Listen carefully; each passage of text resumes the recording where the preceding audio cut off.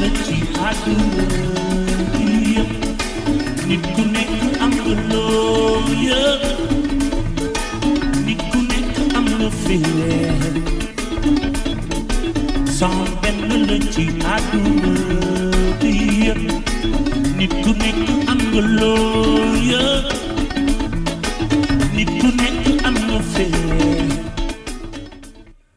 nuyu naa leen mbokk yi dal leen jàmm sur la deuxième chaîne nationale du pays la chaîne sportive et culturelle mbokk yi siyaar màggal wormal ñaanal naa ñëpp jàmm ba jàmm ngeen yendoo jàmm ngeen passé semaine bi tolluwaat nañ ci fa ñu tolloon saa yu waxtu wi jotee mbokk yi ñuy waxtaane lépp lu jëm ci biir musicalité qualité dans la musique mais lecture aussi dans la musique loolooy waral saay su ne ñu ci ànd ak suñu éminent consultant di Père El Hadj Soumaré waaw mi ngi fi yàlla defaat na suñu borom def na jàmm jooju sax maa ngi leen koy ñaanal mbokk yi di ko ñaanal fu waay mën a nekk kilifa diine kilifa aada kilifa réew mi waaye aussi fas yéene ci ànd ak un professeur de musique su ma toogee ak musicologue di El Hadj Soumaré fas yéene jàkkaarloog sama càmmoñ ki nga xam ne moom mooy DJ pas DJ comme disc jockey mais DJ comme son nom Demba aussi di professeur de musique instrumentiste batteur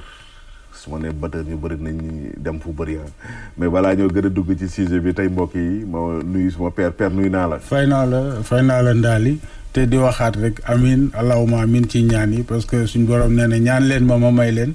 ngeen sant ma dolli leen. kon maa ngi lay ziar aussi di ziar képp koo xam ne kii yaa ngi ci axlu culture. waaw képp kuy homme de culture rek maa ngi lay ziar di la ñaanal jàmm ak wér. di féliciter waat encore une fois de plus suñu télé RTS 2.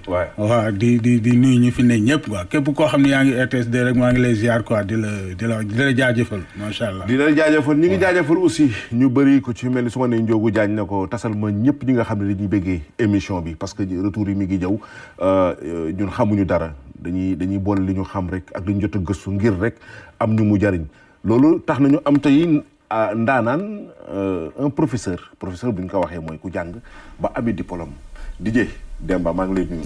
maa ngi lay nuyu monsieur Ndaly waa di rafetlu invitation bi waa très ravi d'être là di nuyu Père Soumaré waaw comme ni nga ko waxee rek un doyen un musicologue quelqu'un koo xam ne gars yi ñu koy suivre ñu ngi il apporte beaucoup pour la jeunesse surtout waaw surtout ñi bëgg a chercher ñi bëgg a xam donc maa ngi koy nuyu di leen remercier vraiment ci invitation bi et saluer tout le monde de la culture de la musique waaw tous les collègues la famille et les connaissances. et les connaissances mbokk yi connaissance boobu moo ñuy yóbbu tey ñu dugg ci benn métier de la musique lan lañ ci xam. ndax dañ koy faral di gis ci orchestre rek lan la muy njëriñam fan la war a ne ku ko war a def fu mu jógee lan moo tax mu war a nekk fii ndax dëppoo naag ñun suñuy musique ndax dañoo bëri la ay musique loolu mooy batterie souvent dañuy gis benn waa ji toog ci ginnaaw yor ñaari baguette di dóor léeg-léeg ñun du ñu xam sax importance am d'ailleurs suñu inculture yóbbu ni sax ñun Sénégal li ñuy lijjanti instrumentiste bëriwul mais rawatina batteur ban solo la am ci musique et souvent bu musique di tàmbali mbokki ngeen dégg mu ne tak tak tak baa mu ne ko tak tak tak am na lu bi signifié père batteur parce que bu ñu nee batterie ñun man sama déggin damay dem ci batterie sabar waaw dëgg la parce que sabar am na batterie ñu ne set sabar yeeg yooyu mais bii ñu ngi waxtaanee batterie bi nga xam ne mooy instrument moderne dëgg la batterie boobu li may bëgg njëkk a xam yow en tant que musicologue lu tax ñun fii bàyyiwuñ ko xel trop. waaw loolu la parce que en général bon comme li may am habitude di wax rek Sénégal moom woykat bi la ñu gën a farataal quoi. ñeneen ñi nekk ci ginnaaw woykat bi ñëpp bon ñi nga xam ne ñooy def liggéey bi ñooy exécuter liggéey bi ba woykat bi mën a woy mu neex bon souvent gars yi duñ leen bàyyi xel quoi waaw donc mais batterie dafa nekk instrument boo xam ni bon instrument rythmique la. instrument boo xam bu ñu nee musique une musique sans rythme. donc bon je peux dire que dina neex mais dina am lu bëri lu manqué quoi. surtout ñun africains nous sommes rythmiques. surtout nous les africains. Ouais. donc bon batterie dafa nekk un instrument rythmique instrument boo xam instrument de base la boo xam ne moom dafa laaj musique moo ko laaj quoi. waaw moom toujours dafay lang ak beneen instrument bu ñuy wax basse. waaw parce que basse it mën nañoo wax ni ñoom ñaar ay doomu ndey lañu basse ak batterie ay doomu ndey lañu quoi.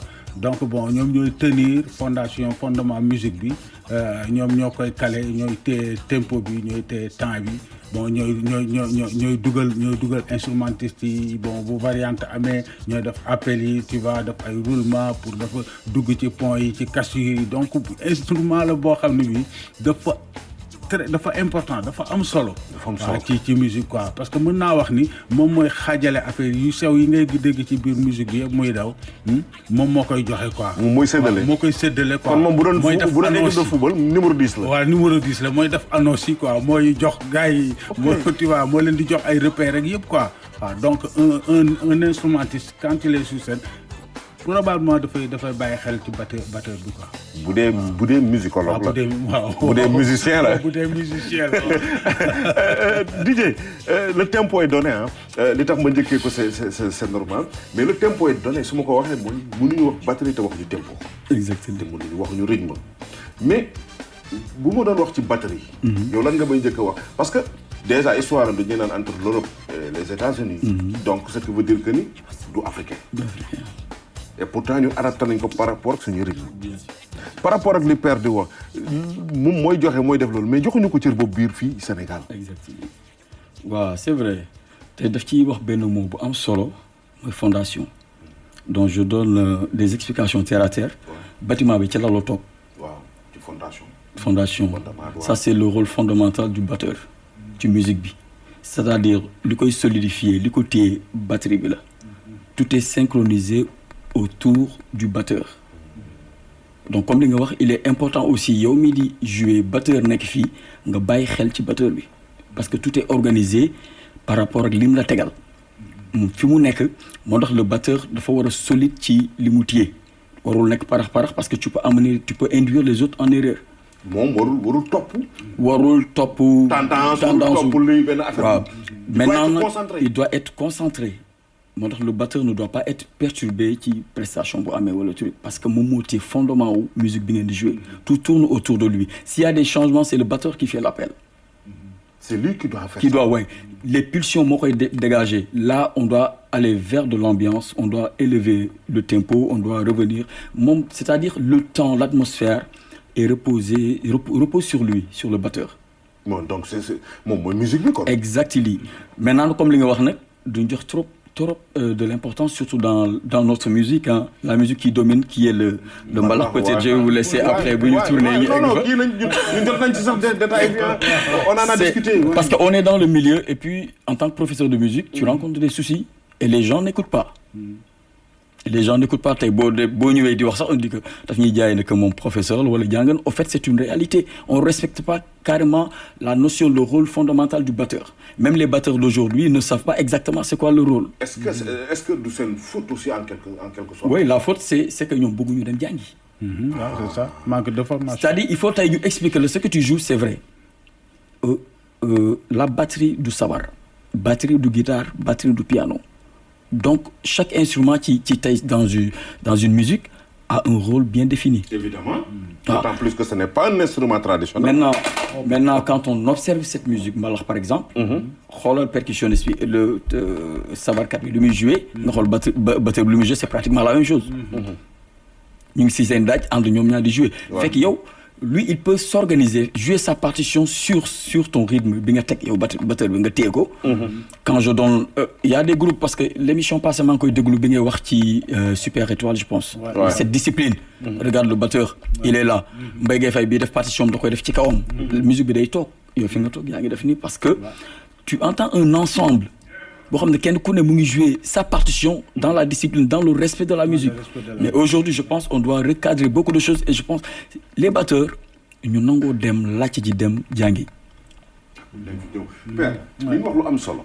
un batteur. la batterie nekkul un instrument traditionnel. parce que bu doon li tax ma koy incité foofu mooy instrument traditionnel ngay judd ci famille mu dëppook askan ba nga di ko def. ok mën nga ci am yenn notion yi. mais foog nga jàngiwaat ko parce que musique science exacte la. mais lu jógee ci tubaab bi. ñëw naka nga ko bëgg a utiliser. wala mën a utiliser te jàngoo ko. waaw loolu moom mooy indi complication yi parce que tubaab lépp lu muy def. daf koy étudier daf koy jàng am njàng da cay am da koy jàngat ba xam lan rouage yi nekk ci biir rek tout ba pare mu doog a exercer quoi moo tax en général pour nga gis leen ñu def yenn erreurs yi dafay rare. waaw instrument boobu nga naan ñu naan batterie nag c'est pas un instrument traditionnel. C'est un instrument typiquement européen, occidental. Ouais. Donc, bon, instrument là, aussi, bon, comment dirais-je, d'un que utiliser, d'un que employer partout dans le monde, quoi. Tu musique, yep, d'un que employer, quoi. Déjà, donc, bon, bon, j'ai les ben instruments, mon ex instrument, c'est instrument, on va exercer, on va étudier, quoi. waaw loolu mooy suñu problème nag parce que fii au Sénégal léegi la majeure partie des batteurs c'est des percussionnistes yoo xam ni. waaye reconverti ñoom dañuy jël li ñu doon tëgg ci sabar gi moom lañ jël rek tëgg ko ci batterie bi quoi. mais est-ce que parce que dañu def reconversion la ñu def. waaw reconversion moom bokkut ak sabar. même ses rythmes même son rôle ak les bokkul. waaw looloo tax les accompagnant la te lii moom mooy distribuer. voilà loolu moo tax nag ñu am un sérieux problème avec notre musique. waaw parce que dañuy utiliser instrument boo xam ne bii xamuñu ko dañ ko jàng nii rek quoi mais gëstuwuñ ko ba xam lan la. ak lan moo ay forum fan nga ko war a teg naka la war a dem même comment dirais-je éléments yi ko composé sax parfois tu rencontres des batteries yoo xam ni éléments yi composé batterie xamuñu ko. waaye parce que boo leen laajoon Charles yeeg yooyu noonu yu ci bëri. mi ngi wax lu am solo lan mooy. fonction am dëgg ginnaaw c'est de le beeg détaillé noonu. c'est quoi sa fonction moom batterie.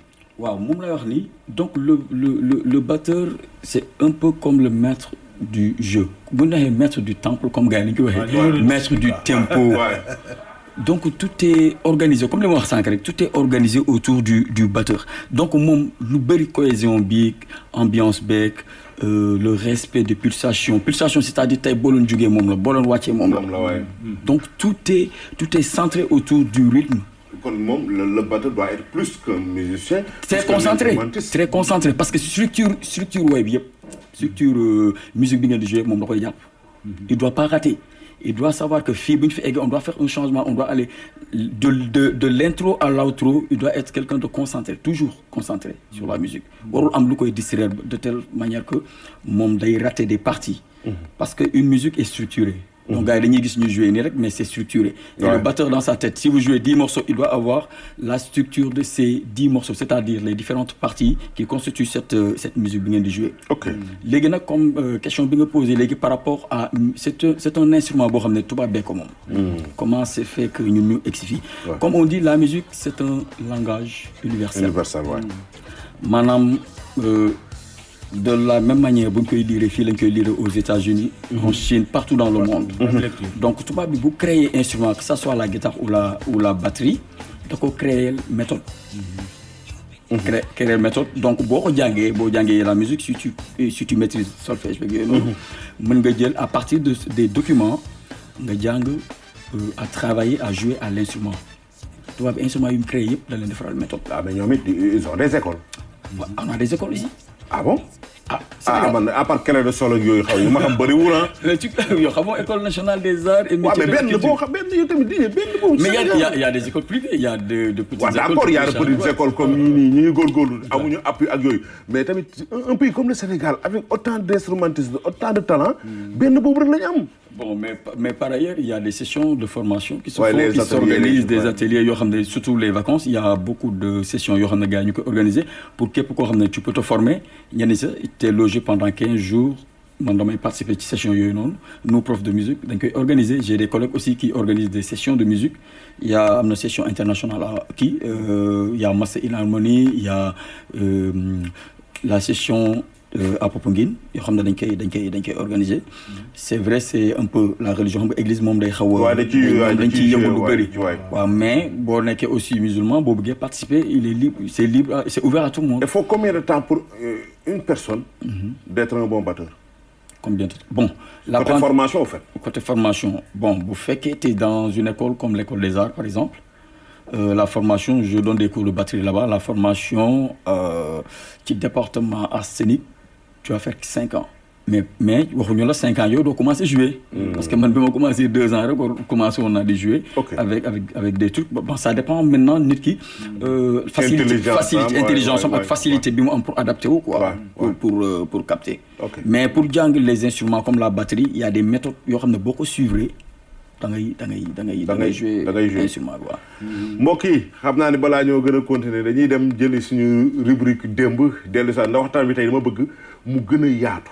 parce que day instrument boo xam ni ñu dañ koy faral di gis bëri na ci ñu sama classe gi koo ci laaj ne ko lan moo tax batteur bi di dóor nii flag yi avant ñuy démarrer du la ko wax te yooyu yëpp day baax ñu koy jàpp parce que fii école la te loolu tax ñu dem mbokk yi avec la complicité de la régie dem de jëli rubrique démb dellu si.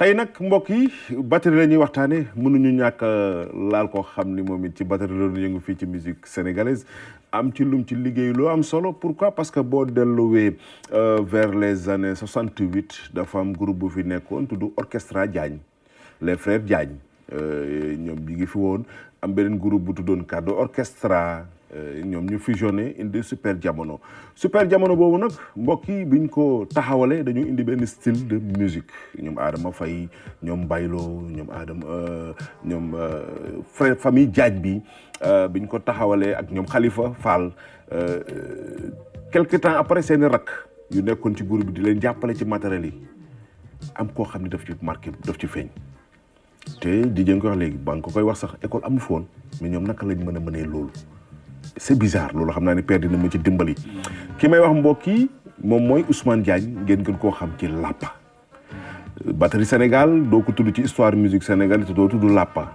il a fait son temps ànd ko groupe bu extraordinaire muy super di am groove bi ñu naan afro feeling bi li tax ñu mënoon ko jouer parce que y avait un bon batteur mais aussi qui respectait les normes fan la ko jànge loolu xëy na bis dinañ am occasion toog ak moom ndax mi ngi dund mais bokk na ci li gën a marquant ci histoire ak Super Jamono mooy 1983 Omar Pène bi mu defee Jaraaf parce que mbokk yi umpale woon na Omar Pène moom son rêve c'était de devenir un joueur de Jaraaf un footballeur mais suñu borom dogalu ko mais ñi daan seetaan si wala boog ñi daan baal si Super Jamono ñu ci yëpp ay joueurs Jeanne d'Arc de Dakar lañ ci la Lappa def pari boobu ak Omar Pène bëgg mu woy Jeanne d'Arc Omar Pène ne ko su Jeanne d'Arc jëlee coupe bi mu woy ko 84 final ba ak Linguère Jeanne d'Arc gagné Omar Pène ci la doogay woy Jeanne d'Arc grâce à Lappa Diagne mais Lappa aussi continuer li nga xam ne moom mooy yoonam ak Omar Pène terewu ko mi ngi doon def parallèlement li nga xam ne aussi mooy jazz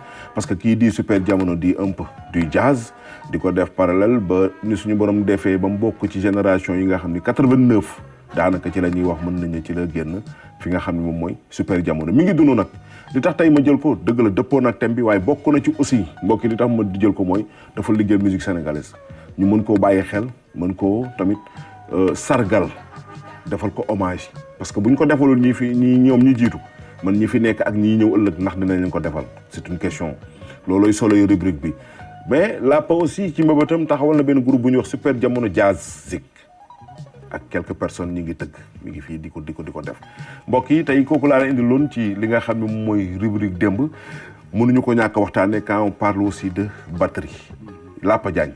Lappa Diagne kooku c'est un batteur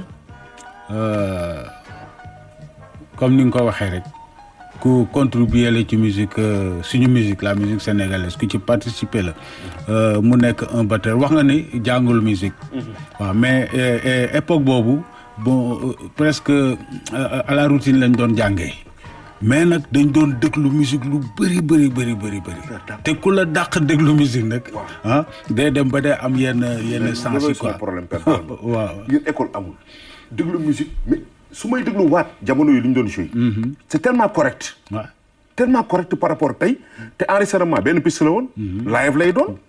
te du bëri jumte wala buy amit du bëri. du bëri moom mooy li ma wax rek bon parce que jamono boobu da ngay déglu ay Wilson Pickett la musique américaine bon y avait le salsa parce que bu ñu nee salsa c'était pas la batterie quoi. C'était les timbales.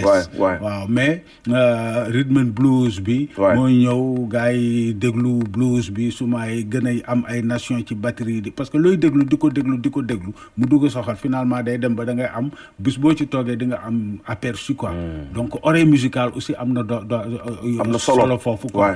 donc bon je peux dire que ñoom oreille la ñu njëkkoon doon demee. bien vrai que jànguñu ko woon fenn mais amoon nañu oreille boo xam ne il pouvait reprendre par exemple benn morceau Otis Redding wala des trucs. relever ko facilement. te boo xoolee aussi li leen différencier ak génération bi mooy li ma wax rek dañ doon déglu. parce que un batteur war nga xam rythme yu bëri batteur yu bëri boo leen nee defal ma passe doble xamuñu ko.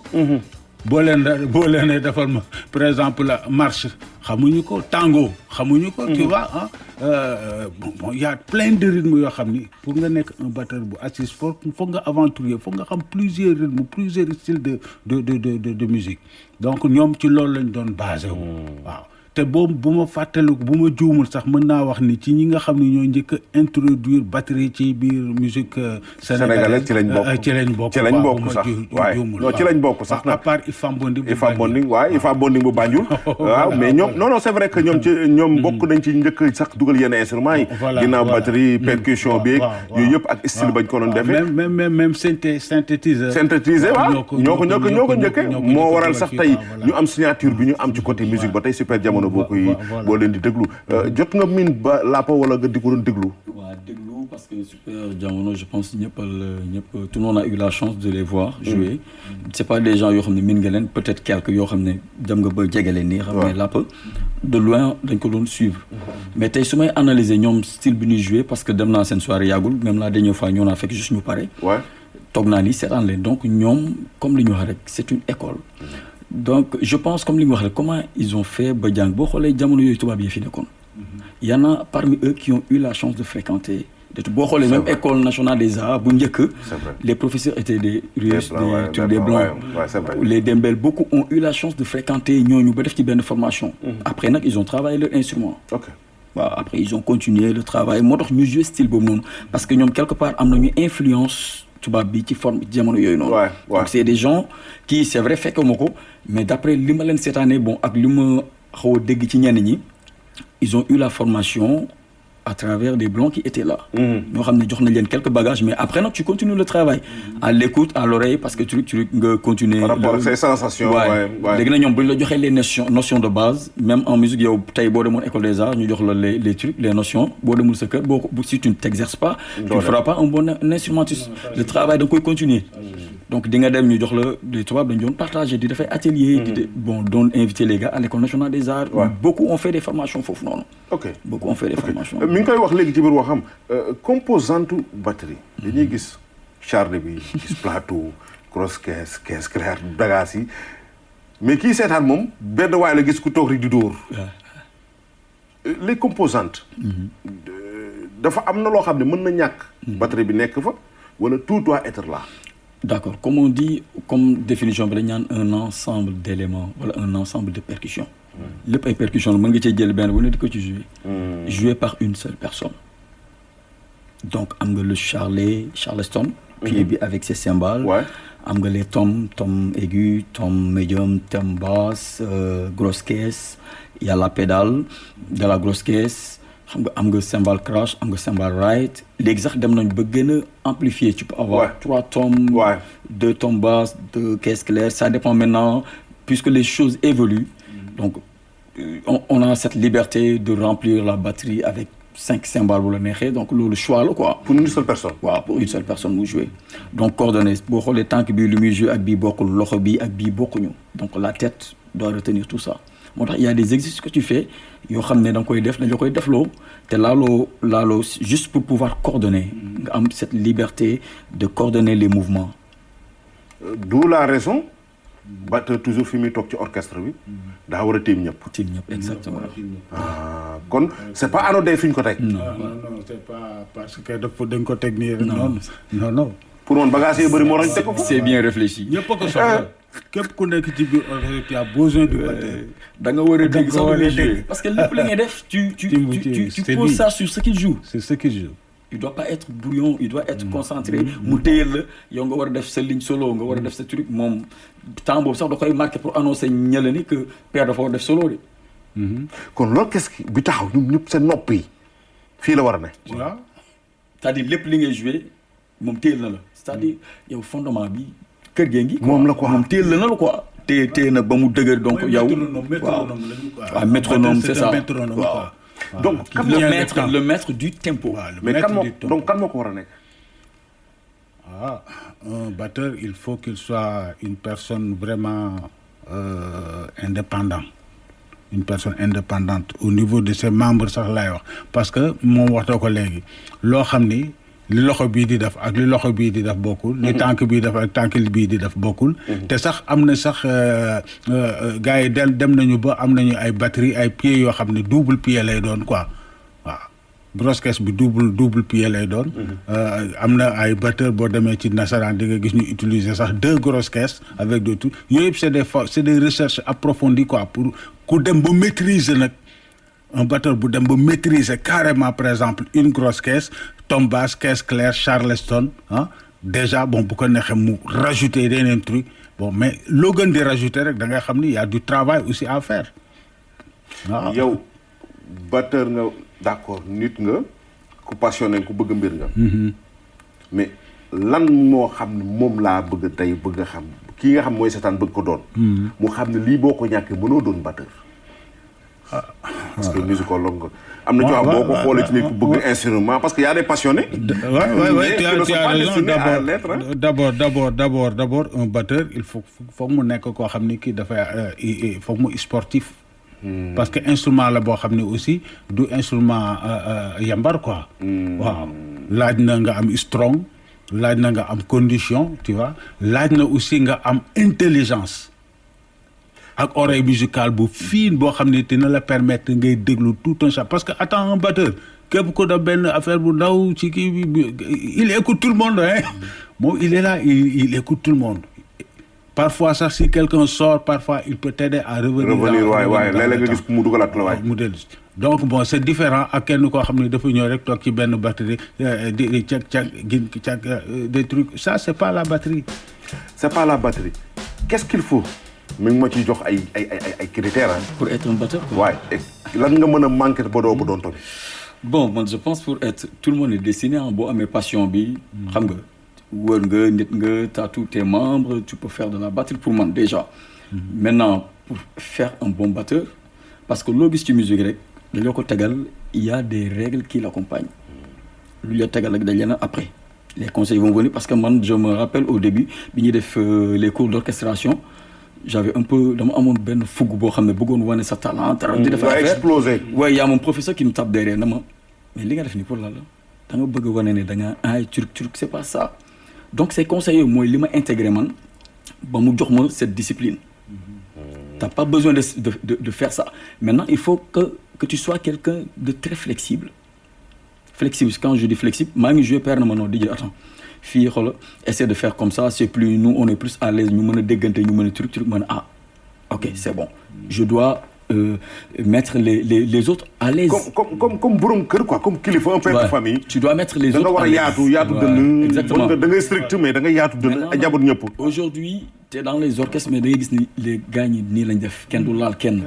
même dans les répétitions tu dis à un gars pianiste non attends il fait son solo donc essaie de truc yow batteur bi parce que yow da nga wàcc musique bi moom mu ngi à un niveau boo xam ne truc tu lui dis non attends voilà il s'énerve mais c'est ce que l'on vit tous les jours. Dans les orchestres nga gis on est deux groupes ñi ay am yi lañ ils sont là-bas les autres sont là-bas. ouais il y a des clans dans le groupe. nga ñëw di def spectacle il faut regarder les spectacles tu vas voir il y a toujours des gens qui veulent sortir du lot. foofu moom dinaa fa ñëwaat ak yéen mais dinaa fa ñëw parce que léegi dafa dem ba doon tendance. dem ba bëgg a doon loo xam ne dañ ko bëgg a def logique. surtout sur scène lañ koy def aux yeux de tout le monde. mais quand on voit un batteur toujours au départ de la musique day naan tac tac tac. ba des fois mu ne tac tac tac tac tac il donne le signal et le rythme. Ouais, exactement, le tempo. Le tempo. Ouais. Quand on parle de la vitesse. Ouais. La vitesse. Bonne vitesse la ñu duggee. Ouais. xam nga dafa tac tac tac tac tac tac on est là. Ouais. Donc vitesse bi tac tac tac tac tac tac on est là. Donc c'est vitesse bi ngeen di duggee. Donc tout le monde ñëpp dañoo war a concentré wu déglu compte bi. Donc si c'est lui moo tax ma ne la c'est le maître du tempo. Ouais, ouais. Donc bu fekkee moom moo lay jox tempo de départ. Donc comment se fait-il que dans la musique bon di jouer dans le jeu yow nga bëgg a génn bëgg a génn hors du bëgg ko fa bàyyi quoi. même boo nekkee sabarkat. waroo génn ba ko fa. non ñoom moom dinaa ñëw ñoom batteur parce que rencontre yi ñuy ëpp des fois ñuy gis violence laa koy tuddee violence bi ñuy jox des fois ci musique bi des fois foofu lay ñëwee mais père yaa ngi koy wax sànq yaa ngi naan allier la force et l'intelligence. Le batteur il est là donc il donne le tempo. Le rythme cadence bi. Est-ce que batteur bi étant professionnel. D'après ce qu'on voit maintenant. amul droit musique bu ñu naree tympaniser. mu am ku mu génnee ci musique bi parce que mooy li ñuy wax léegi. y a les 7 percussions da nga koy gis léegi ci orchestre. plus batterie est-ce que norme la ci musique ba pare. orchestre bu taxaw. nga xam day am. 7 percussions sur scène. non bon enfin loolu dafay nekk sabaru la laa ko mën a tuddee quoi waaw musique la mais dañuy sabaru quoi nekkatul une musique bon au vrai sens du mot musique boo xam ni bon enfin mën nañ ko consommer par exemple n'importe qui peut consommer lii dafa mujj nekk benn affaire boo xam ne rek lii ñun ñoo ko moom lu ñu neex lañ ciy def ñoo moom suñu sabar bu ñu neexee ñu teg 50 000 sabar ñu tëgg ko on s'en fout quoi ba c'est de la musique waaw ñoo ko moom bu leen mais bu ñu bëggee quelque chose de normal une bonne musique bien calculée vendable partout audible muy chinois muy xeet ku ko dégg rek xam ni lii vraiment daal parce que gis nga même dans les hôtels da nga koy seetlu parfois bu gars yi di clients yi di lekk dañuy préférer orchestre bi di jouer morceaux yi cool waay pour lan non mais père parce que boo fa nekkee ñuy añ wala ñuy lekk ngay tëgg gars yi dañuy mujj di même ñun sax père suñu gàlle yi bi au quotidien bu ñuy añ nii dañuy bëgg lu calme c'est ça bu ci ne lu nekk dafa am fu mu war a tegu quoi. mais est-ce que boo bëggee sabaru daf temps de beer. waaw nga def temps de beer. ñu organiser ko mu wër leen lii temps de beer la mais temps de beer boo xam ne bii suma yi da ngay temps de beer tu mets clavier ci biir jël batterie def ci biir jël tu mets tout ba pare bon mais c'est parfois sax man sabotage laa koy tuddee quoi. ok mais professeur Dreamline ñun du amul Sénégal peut-être fanfare mën na ko am armée man ñu mën nañ ko am lu tax bu màggul au Sénégal selon vous pénurie de batteur la wala lan la Dreamline waaw benn orchestre boo xam da nga leen di gis ñoom ñëpp taxaw comme les Américains font taxaw waaye yëpp di jouer nga gis ay 50 batterie xam nga ñu dis dañuy tas sax batterie bi ku ci nekk yor benn kii mu doon lu nekk Sénégal bon am na fi avec la musique principale bon xam nga c'est plus ñoom ils sont plus dans ça quoi li ñuy jouer accompagnement parce que Dreamline doo ko def par exemple ci concert ci boîte quoi nit ñi ñëw di seetaan mais les gars font ñoom les fanfares wala musique dañuy def léegi des soirées yoo xam ne dañu koy def foofu noonu en collaboration des fois avec des chorales musique principale ñoo jouer def démonstration ci affaire boobu noonu dañ koy def ils le font waaw mais donc par exemple ni ko américain ci système intégré ci université yi ba souvent ki bëgg a def musique mën na fa jaare lu tax mënuñu ko def fii ñun ok waaw c'est vrai surtout à l'université ci mën na nekk réflexion mën na nekk des propositions yoo xam ne mën nañ ko def au niveau de l'école des arts au niveau des universités aussi xam nga boo demee je pense en Europe da ngay am université yi dañ fay jàng musique. yenn université yi dafay jàng musicologie. des recherches dans le domaine de la musique aussi. donc mën na nekk ay affaires yoo xam ne mën nañ ko intégrer. parce que boo xoolee à l'école des arts waa musique principale comme fanfare yi vent yi ñu ngi koy gën a améliorer di ko jàngale léegi. war na parce que vent moo amatul ah. vent mu ngi ñëw maintenant si je reviens ci li mu wax léegi nii. parce que un orchestre avec 7 percussionnistes pour man sax 3 ëpp na ci. 3 waaw xam nga ñun traditionnellement dañoo bëgg danse fecc ak yooyu noonu le rythme on est né dans ça. donc sabar yi ñu doon organiser les temps d'hiver des trucs yi ñu doon def mbedd bi boo xoolee c'est la même chose la ñuy def léegi ci boîte yi. waaw da ngay am 15 percussions sabar ñiy tëgg gars yi di fecc. léegi nag ci mbedd bi on reprend la même chose mais moom la ñuy wax jàkkaarloo léegi. andi clavier andi instrument yëpp ñu toog. dominance sabar. donc même chose lañ jël yóbbu ko léegi dans les boîtes de musique. est-ce que maintenant c'est une musique réfléchie. moom la ñu yóbbu sax ci production bi. waaw moo dem ci production bi est-ce que maintenant c'est une musique réfléchie. parce que du ma ko génnee ci cadre musique comme il a dit. doone lii du musique parce que le rythme. ça fait partie c'est des instruments ñuy jouer. mais pas une musique vendable quand même. exactement.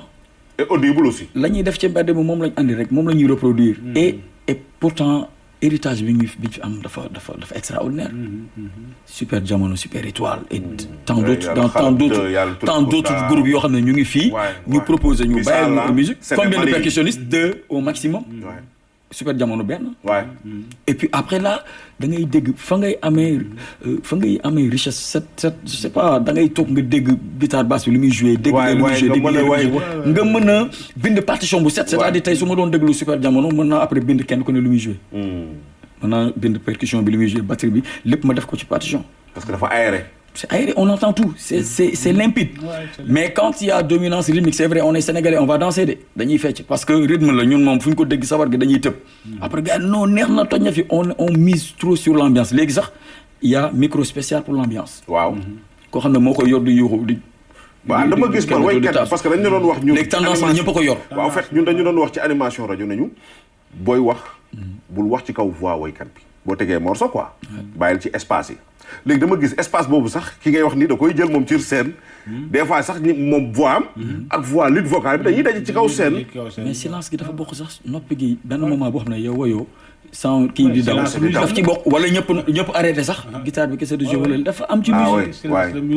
yow bu fekkee yow mi animateur bi la ñu wax loolu sakantuma le musicien qui est sur qui est léegi dafa commencé ba da ngay gis 2 voire 3 personnes nekk ci kaw scène et puis percussion yi ñoom ñëpp ils font la même chose doo ci gis benn amélioration quoi peut-être quoi xanaa lenn rek ngay gis quoi day gën a jaxasoo rek. waaw danse yu bees waaw danse yu dara beesul. il y a pas amul benn ça n'avance pas quoi. waaw ça n'avance pas. c'est moi je comprends pas quoi. mais est-ce que comprendre nga aussi lan moo yóbbu léegi instrumentiste bi muy wax ni sànq bëgg a nekk léegi par force au devant de la scène. waaw loolu lenn la rek gis xool leen maa ngi nii parce que xam nga musique bu fekkee ne da nga koy def rien que pour xool leen je suis là je suis très beau waaw maa sol mbaxane bu bleu bi maa def li c'est différent da ngay gis comment dirais-je l'autre là les grands musiciens renommés ils montent même sur scène ak benn t-shirt bu simple tu vois waaw simple quoi ñoom c'est pas li ñu sol mais li ñuy joxe moom moo am solo quoi waaw musique bi ngay joxe onde yi liy jóge ci yow di dem ci ñoom ci public bi loolu moo am solo quoi mais fii c'est le contraire fii dañuy def musique genre star quoi yow da nga war a nekk benn sapeur tu vois mooy li ngay wax rek ni musique bi léegi dañ koy xool déglootuñ ko quoi. dañ koy xoolaat la musique se regarde maintenant. waaw non c'est vrai la musique se regarde léegi dañ koy xool. mais professeur xam boo leen di jàngal élèves yi doo leen di fàttali souvent loolu que lii mooy sa rôle. des fois y a des personnes de l'ombre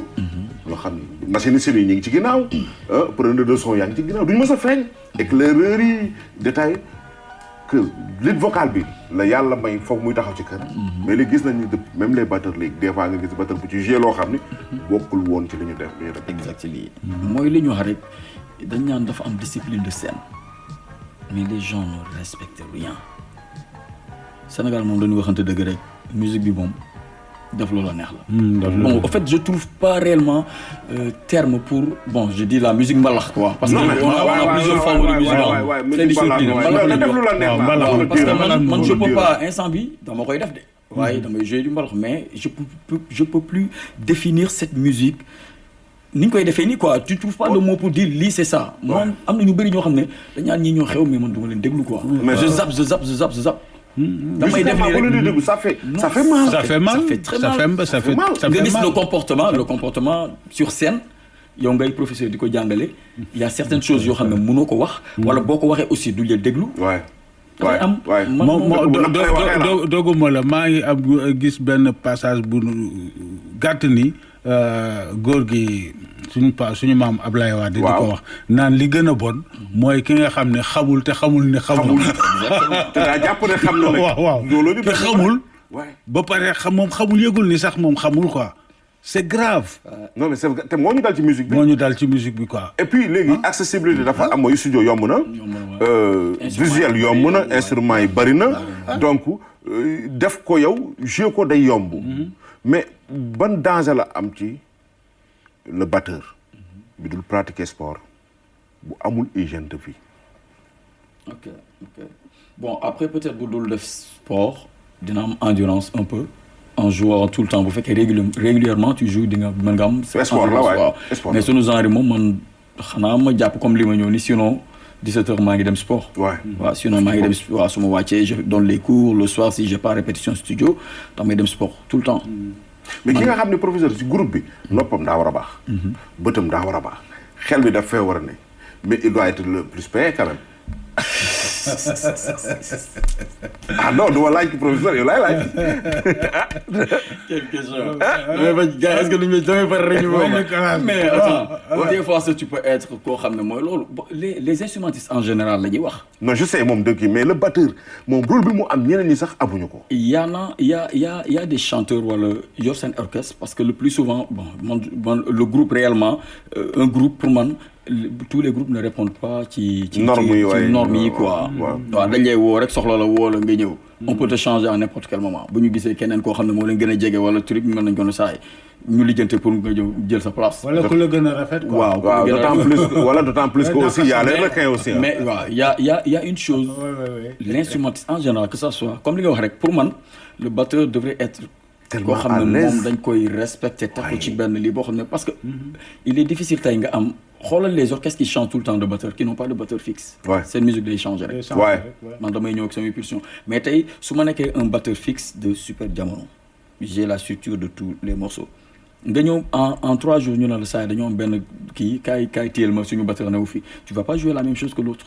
tu vas essayer parce que moom la ñuy wax relever di nga noog sa kër nag di jéem a relever li muy jouer mais ça ne sera pas exactement ça doo am même sensibilité bi man mii su ma dégloo làppa am DJ ñëw remplacer ko du ma am même sensation bi loolu moom dafa am quoi moo tax boo amee un batteur qui est fixe nekk ci sa orchestre fonk ko nga jàpp ko mu jàpp sa structure way jàpp sa album si t'as 20 chansons moom jàpp na leen am na structure xam ne la donc kooku danga koy jàpp loolu mettre ko ci condition yoo xam ne il sera toujours concentré il sera toujours disponible pour jouer la mais père ki nga xam ne moom daa war a concentré wu xel bi ne fa bët bi ne fa tout doit être là mu bëgg ko boole xalaat passe des fois sax mi nga xalaat lu muy passé buy paree. des fois di xalaat dépense.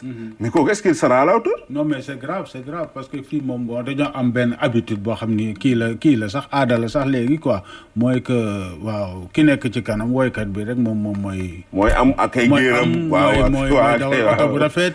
mooy dank ceeb bu tooy. bon moom bu ko instrumentiste bi accompagner bu dóoral ko lu neex ba mu toj foofu gis nga bu wàccee mais c'est da ngay waaru quoi. waaw parce que man fekkee naa ay scènes yoo xam ni ci ay groupe yoo xam ni mosuma ko xalaat gars yi dañuy pare ñu am problème mu sax transport pour dem te fekk na woykat bi moom ñu ngi ko bokkal ay centaines de mille mais loolu ñu koy jox sax même du nga pour mu yëkkati sax yéene ci ñi nga xam ne ñoom ñoo koy am problème la quoi waaw donc bon moo tax ma ni les instrumentistes fii Sénégal faale wuñu instrumentiste. mais quoi. c'est bizarre. c'est léegi bizarre nag instrumentiste ñoo war a am fulla moo tax fu mu nekk instrumentiste yu bëri dañu parce que la majeure part des instrumentistes c'est des surtout les guitares c'est des chanteurs. waay moo tax ñu boo gisee acoustique ñu naan la musique acoustique en général ñiy def acoustique ñëpp c'est des guitaristes yoo xam dañu doon accompagner ñeneen. mais da ngay accompagner ñeneen ba sonn bon tu t'en doo ci gis sa bopp. di accompagner nit muy dem moom doo gis sa bopp doo ci gis sa bopp yow nga kii te sax en général ñoom ñoo dàq woy fuuf. waaye gën ko dégg musique waaye parce que woykat bi day ñëw ci orchestre bi groupe bi jàppale ko pardon. waaye tëgg lépp groupe bi jàppale ko arrangé ko buy woy di force di gaame ñu ngi ko non fi ngay teg defaral ko voix ba mu toog léegi bu demee ba am public rek pare na léegi ñu ko doon jàppale ñoom ñooy surga yi quoi. moom la ñuy wax naan y a des postes ingrats. da ngay gis ci un match de football le gardien de but def 99 arrêts. attaquant bi fin temps dugal bii ñu ne mooy star bi fàtte nañ ki nga xam ne moom boo defuloon mooy comme li ñuy wax orchestre gars yi dañuy jouer souvent pousse l'artiste souvent sax fii Sénégal laay wax et je le permets de le dire parce que constat la artistes yu bëri ci kaw seen dañuy riir mais doo ko mën a sentir ndax instrumentiste yi dañuy professionnel bu ñu paree ñu ne non waa ji toj na fekk ne ki toj mooy c'est l'orchestre et la preuve jazz dañ koy jouer sans lead vocal jazz am na nag ñuy def jazz ak lead vocal mais di ci ëpp jazz yi ngay daan faral di dégg du am dara ay instrumentistes rek la. il y a plusieurs kii c'est intéressant parce que tey di nga gis le chanteur wala la chanteuse mi exprimé wu fekk li muy woy sax yow yaa ko teg ci temps fu mu woyee. waaw le travail que vous faites au studio. en studio yow day am problème dugg fii sax nga ne ko noonu xoolal su ma defee lii nii rek. yow dugal fii waaw soo déggee déglul gars yi seen accompagnement bi. mais da nga koy entraîner da ngay nekk ni di ko assister. ba yàlla def mu atteindre benn niveau bi mais tu n'es plus rien. Il y en a d'autres qui vont venir pour faire de la récupération dafa bëri ci musique bi. ceux qui sont derrière sont laissés en rade mais boy man doguma la mës naa def benn album ak un chanteur. album bi am maison de disque en Angleterre. sa waay rocceeku ndag recruter un autre musicien ou d'autres musiciens dem ak ñoom. mais pour lan loolu. mais gis nga bi mu demee mais les musiciens là ils n'arrivaient pas à reprendre mooy li sa waay di wax rek. parce que loo reprendre nit ki. waaw dina am. on ne peut pas plus être roi que le roi. ce qu'on a entendu et ça c'est différent. dañu mujj close kii bi contrat. comme ça il a perdu comme ça mu ñëw que mën na ko waaw tu l'as fait. on peut être percussionniste et devenir un grand batteur. Ouais, moi toujours il y a une frontière. J'ai été bon le batteur est percussionniste parce que la batterie est classée. mais professeur c'est ki am na kuy seetaan boo ko leeralul mën na indi affaire en erreur. ok yaa xam nga dañoo am ay famille d'instruments. c'est classé en famille d'instruments les percussions batterie ci la bokk. donc déjà il est percussionniste. Man par exemple j'ai commencé par la percussion parce que mon papa est percussionniste. Diola en Casamance quoi. Donc j'ai eu ADN boobu noonu. percussion le rythme en moi avant. ma doon tëgg dama doon accompagner des musiciens yoo xam ne maa ngi doon tëgg mais sama loxo laa doon jouer. laa doon jouer di accompagner style ay tubaab ay sénégalais affaire yu bëri bon yàgg na quoi. Après à un certain moment laa dem jàngi bi ma demee jàngi j'ai compris beaucoup de choses ba tey sax la may tëgg dama koy bind. bokk na ci li nga comprendre lan. la ma comprendre mooy musique. Bon, il s'agit pas il ne suffit pas de dire que non man am naa talent mën naa ko ñun ay talent nag la ñu bari na trop sax. talent c'est le mal de notre musique. talent dañ ko bari la donc gars yi foog ñuy def différenciation entre talent et le génie ñun génie nag la ñu bariwut. le talent moom imite. lu mu dégg léegi nii nga def ko ci batterie mën na toog ne kii fii la dóor mu copier ko travailler ko. bon noonu la ñuy def wala nga woy dara ils vont ñu copier ko air bi nga jël ñu copier ko ça c'est le talent. mais le génie. ci ça c'est travail. nga travail inspiration. ñu ci bëri tey boo leen construire une musique duñ ko woy duñu woy. ils sont à la maison ils attendent que quelqu'un vienne leur proposer une mélodie des textes. des trucs quelque chose ñun am nañu studio. waaw léegi dañuy defar lépp des fois yónnee ko woykat bi et puis le pire baal ma de woykat bi dina ñëw ba foofu. voix yi da koy def benn par benn après nga envoyé ko pour mën ko jàpp. léeg-léeg sax keneen a koy woyal après moom. waaye top line waaye c'est vrai. donc tey le génie mooy tey waxuma la génie sax le musicien koo xam ne da ngay il faut être créatif. Tu vas à la recherche, à la création. Comment je peux être artiste toog di copier rek. Ouais, parce que on dit un artiste mooy quelqu'un qui crée. boo demee ba créer te produire moom. La création tu ne peux plus être considéré comme un artiste. La création loolu foog ñu mettre ko en valeur. léegi nag ce qui se passe mooy comme li ma wax rek on a plus de talent que de génie. xam nga composition. Composer un morceau. C'est autre chose. Mais là nous on ne compose plus. Sénégal moom am composition amatu fi. nan moo am. Reprendre la même chose le mbalax moom y a pas de composition parce que ma wax naa ko fi mbalax boo jël. boo jëlee Massamba jël rocci voix am dugal ko fa mu kole fa. nga jël kay li fi mag ñi bàyyi rek lañ jël di tibb tuuti di teg. waaw loolu et puis même pulsation yi sax moom moo fa nekk quoi. peut-être bii dañ ko gën a yokk tempo bi ñu wàññi tempo bi ñu gën ko accélérer mais même chose la ñuy def donc bon loolu moo tax on n'arrive pas à vendre notre musique. moo tax la musique sénégalaise le mbalax la ça reste là. du mën a dem du dem. mën nañ ko te nag gars yi xoolal gëmuñu lool de dañ leen koy wax mais il croit pas que li ñu leen di wax nii gëmuñu ko. mën nañ ko jouer sans batterie. ah mais si bien sûr. mën nga jouer waaw mbalax si. mën na nekk jouer sans la batterie. donc batterie du loo xam ne par force daf fay nekk. non mën nga ko dindi c'est-à-dire. style bee ngi fii style bi lu mu laaj yan battement la laaj. génneel percussion yi. tu vas faire de la batterie. ak yeneen instrument tu vas faire du mbalax. tu vas faire du mbalax. choc lay doon. style la rek soft calme. soft calme et puis dinañ xam ni. style la rek dinañ xam ni que booba. avec seulement le batteur tu peux faire du mbalax. maintenant nag si tu choisis de faire plus. du mbalax du bruit wala folklorique lu gën a folklorique comme gars yi ni ñu koy defee rek. jël 15 percussions. mën nga dem ci hôtel tey gars yi di lekk nga yor benn percussion boo xam ne mu ngi joué sax baguette jëlul galañ. loxo yi lay joué. du mbalax soft gars yi di accompagner. gars yi dégg li ngay woy ça reste du mbalax quand même.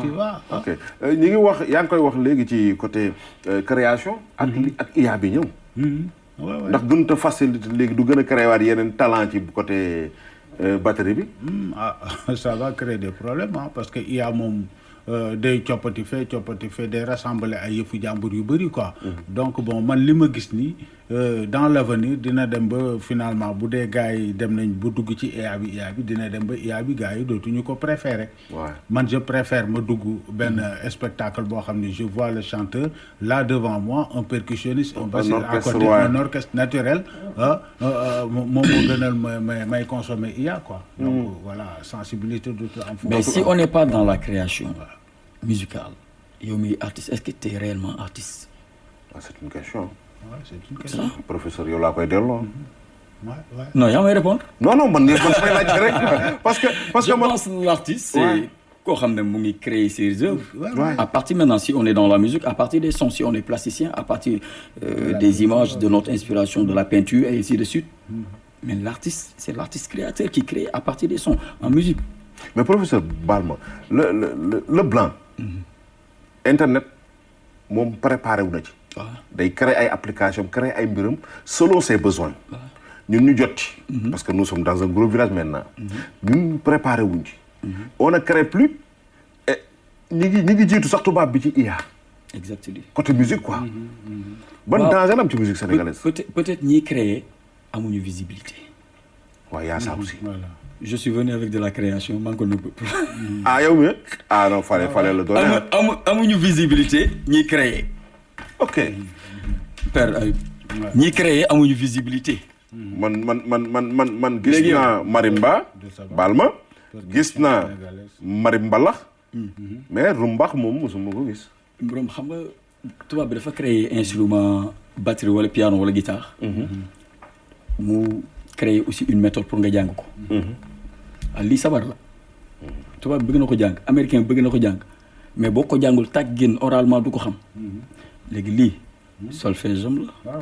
ay notam la nga lire ko jàng ko nga jox ko chinois bi mu lire ko jàng ko parce que la musique langage universel la. mais ñun amuñu visibilité. mais lii du yoon père.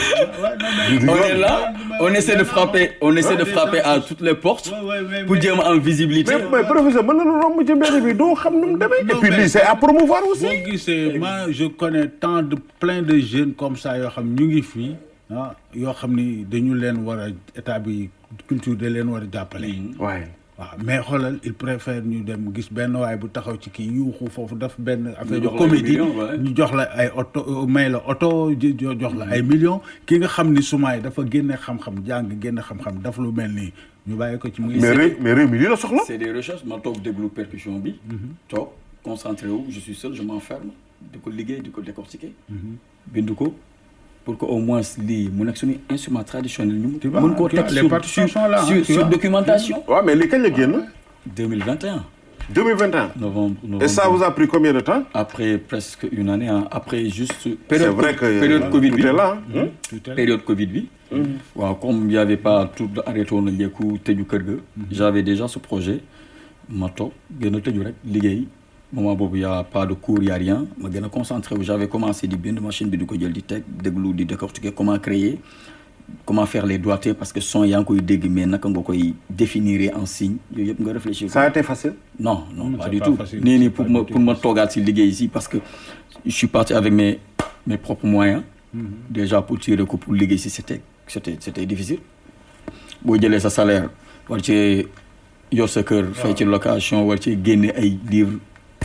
yu ci bëri dama ko maye juste pour faire passer le message ñu xam ne lu ci bëri maye naa ko man li ma ci maye bon des fois damay jël maye la ko nga non je participe c'est combien c'est combien les gens je vendais ça à 5000 francs ñaari daal ñoo ci des instant waaw su may génn nii je montre aux gens ñoo xam ne ils sont dans le milieu ñu xool waaw les retours waaw retour yi nag mooy des waaw jox la rendez-vous ci gars duñu am jot tey suba da ngay daw ba sonn au finish da ngay jéem a da ngay mujj bàyyi noonu quoi semaine bi sax normalement am naa rendez-vous pour wane lii waaw am naa nii ñaari rendez-vous yoo xam ne maa ngi xaar ñu confirmer ko. mën nañu ko am format PDF. waaw nañ ko am format PDF. sinon même le document tu peux l'avoir. Ouais. Mais j'ai vu que ni aussi tome volume 1 là. Exactement. Parce que déjà volume 1 bi comme exploité guñ ko. Il y aura 2 quand même et 3. Non, on va faire 3 4 ba 5 ba lu mën a am rek. Keroog ñu ngi koy jàmbat ne lépp lañ ko war a bind tey gis nga lii ah. Exactement. lépp dañu war a bind. Exactement. ñu ngi àgg au terme de l'émission Père. tey boo doon waxal xale bi nga xam ni moom mi ngi seetaan wala ki nga xam ni bëgg na passionné na. bëgg na doon batteur. peut-être amagul occasion bi jàng ko wala dara la nga koy njëkk a wax. li ma koy njëkk a wax moom mu jàng quoi au vrai sens du mot def formation mooy li ñuy wax talent am na mais aussi jàng bi am na ci solo trop quoi et puis di leen conseiller aussi que les batteurs ñuy gëstu nos anciens rythmes. nos rythmes traditionnels parce que mbalax rek nekk fi y a plein de choses de toujours ma wax ko. mbalax rek nekk fi y a plein de rythmes yoo xam ne ñun ñoo ko moom fii. qui existe yoo xam ni war nañ ko mën a développer war nañ ci mën a liggéey quoi ba mu jur lu bëri quoi. mais xale yi foog nañ ni moom mbalax rek a fi nekk te mbalax rek nekk ko fi même wala fi ci seen jëmi bopp am nañu mbalax mi sabar yi am na d'autres rythmes yi nekk ci biir yoo xam ne kenn exploité yàlla ndaw rabin waaw yàlla gajal de yàlla tuus yàlla ñaari gorong y a plein de choses yoo xam ni c'est des rythmes Baaba Maal dafa exploité yelaa bi gis nga yelaa bi dem na partout ripo rythme la mais boo duggee kii nu mu tudd côté Bakel Kédougou kii yàlla domba kenn laalagu ko tu vois y a plein de rythmes yoo xam ne ñu ngi fii kenn laalagu leen te léegi xale yi les musiciens actuels ñoom dafa mel dañu obsédé wu ci benn affaire rek nii mooy le mbalax pur et dur bi nga xam ne bon fii da nga ciy nekk nag ba màgget te du la amal benn njëriñ. gëstu ji leen mooy conseil père jàng ji leen professeur ce fut un plaisir de vous avoir sur ce plateau vraiment xam-xam génn nu jàngaat nañ quoi mais ku bëgg livre bi fu nu muy def waaw dañuy contacter rek après boo ñu contacter bon DJ man to mooy retrouver un petit réseau yi DJ Demba donc sinon je peux passer le numéro sur le 77 313 95 13 boo ñu defee signe rek dinañ la ko boo ñëwee école des arts aussi di nga fa fekk livre bi waaw boo fa ñëwee aussi demander monsieur Demba rek dinañ la boole ak man waaw boo demee bibliothèque di nga fa fekk les documents. donc ci bibliothèque école nationale des arts NAMC la léegi. école nationale des arts et métiers de la culture. waay. waaw boo fa ñëwee di nga fa fekk document bi. kontaan nañ jërëjëf mbokk yi livre baa ngi nii volume 1 rumbax taxul mu rambax. da nga koy gëstu pour xam ko daal bàyyi jar na bàyyi xel. en tout cas maa ngi leen di ñaanal ngeen passer un excellent week-end en compagnie de nos programmes. On vous donne rendez-vous jeudi prochain inchallah si près à Dieu yàlla nañu yàlla may ñu fekke ko yéen ngeen fekke ko kenn bañ a manqué waaye da leen def saa leen di xëyee di uti dërëm am na solo dërëm di jéem a làq ngërëm te moytu lépp lu xërëm bye bye à jeudi prochain inchallah.